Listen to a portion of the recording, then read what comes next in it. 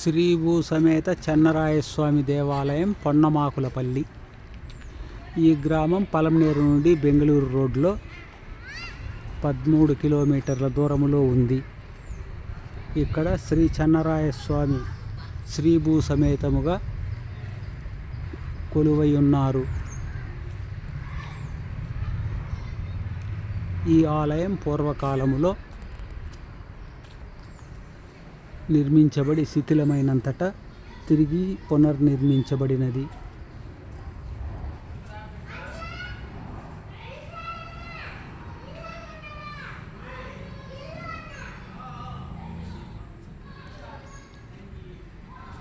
స్థల పురాణం ప్రకారం పూర్వకాలంలో ఈ గ్రామంలో ఉన్న రెడ్లు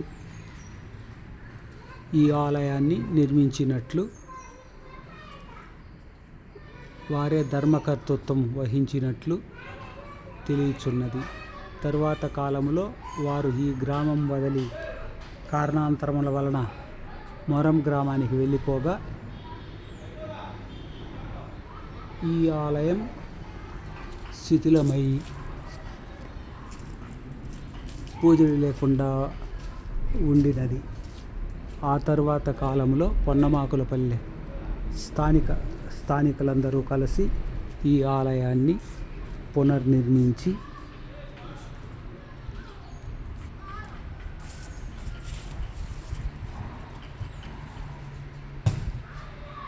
పూజాభిషేకములు నిర్వహిస్తున్నారు.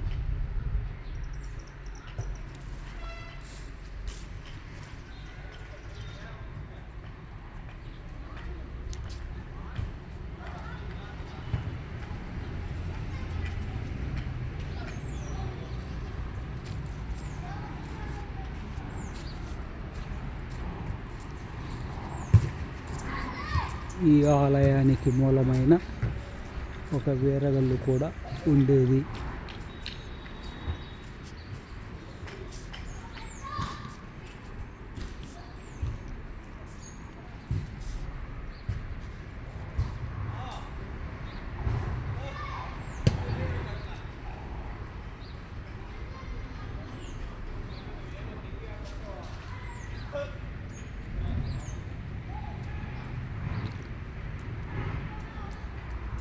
ఈ ఆలయములో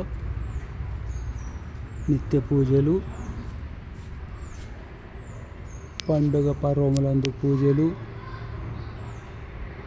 శనివార పూజలు జరుగుతాయి. ఈ ఆలయానికి భూమాన్యములు ఉన్నాయి. పూర్వకాలంలో ఈ ఆలయం ఇక్కడున్న వీరగల్లు ఆధారంగా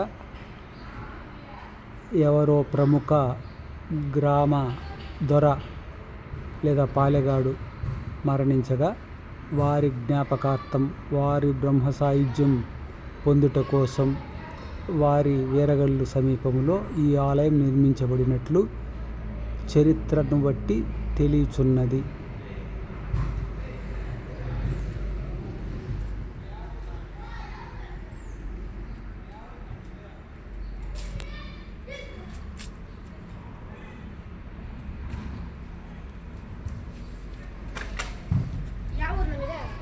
మాది బత్తనపల్లి.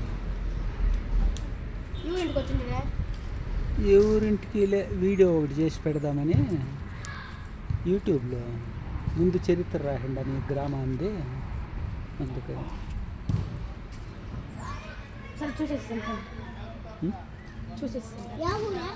బత్తనపల్లి నిడిగుంటకి దగ్గర. మునిరత్నం రెడ్డి, శ్రీ వేణుగోపాలస్వామి, చెన్నకేశవస్వామి పిల్లను గోబెట్టుకున్నాడు చూడు.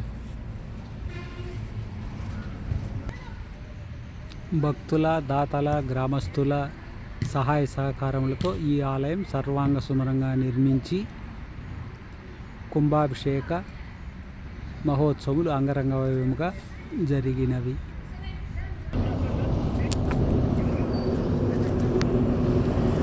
ఇక్కడ రెడ్లు తయారు చేయించి ఇచ్చిన పంచలోహ విగ్రహాలు, పూజా సామాగ్రి ఉన్నాయి. అద్భుతమైన ఈ నిర్మాణం 14/5/2024 తేదీన విగ్రహ ప్రతిష్ట, కుంభాభిషేక మహోత్సవాలు అంగరంగ వైభవముగా జరిగినవి. సీతారామ కవి ఈ దేవునిపై పొన్నపురి శతకం అను ఉత్పలమాల పద్యములను పొన్నపురి నివాస చెన్నకేశవ అను మకుటంతో రచించారు.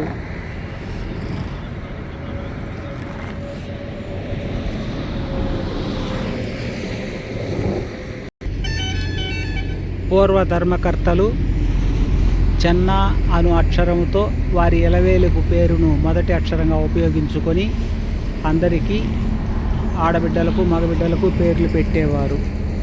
తరువాత కాలంలో వారికి పుత్ర సంతానం లేకపోవటచే కారణాంతరములోనే ఈ గ్రామం వదిలి మొరం గ్రామానికి పోయి అక్కడ కూడా చెన్నరాయస్వామి దేవాలయాన్ని స్వయంగా నిర్మించుకున్నారు.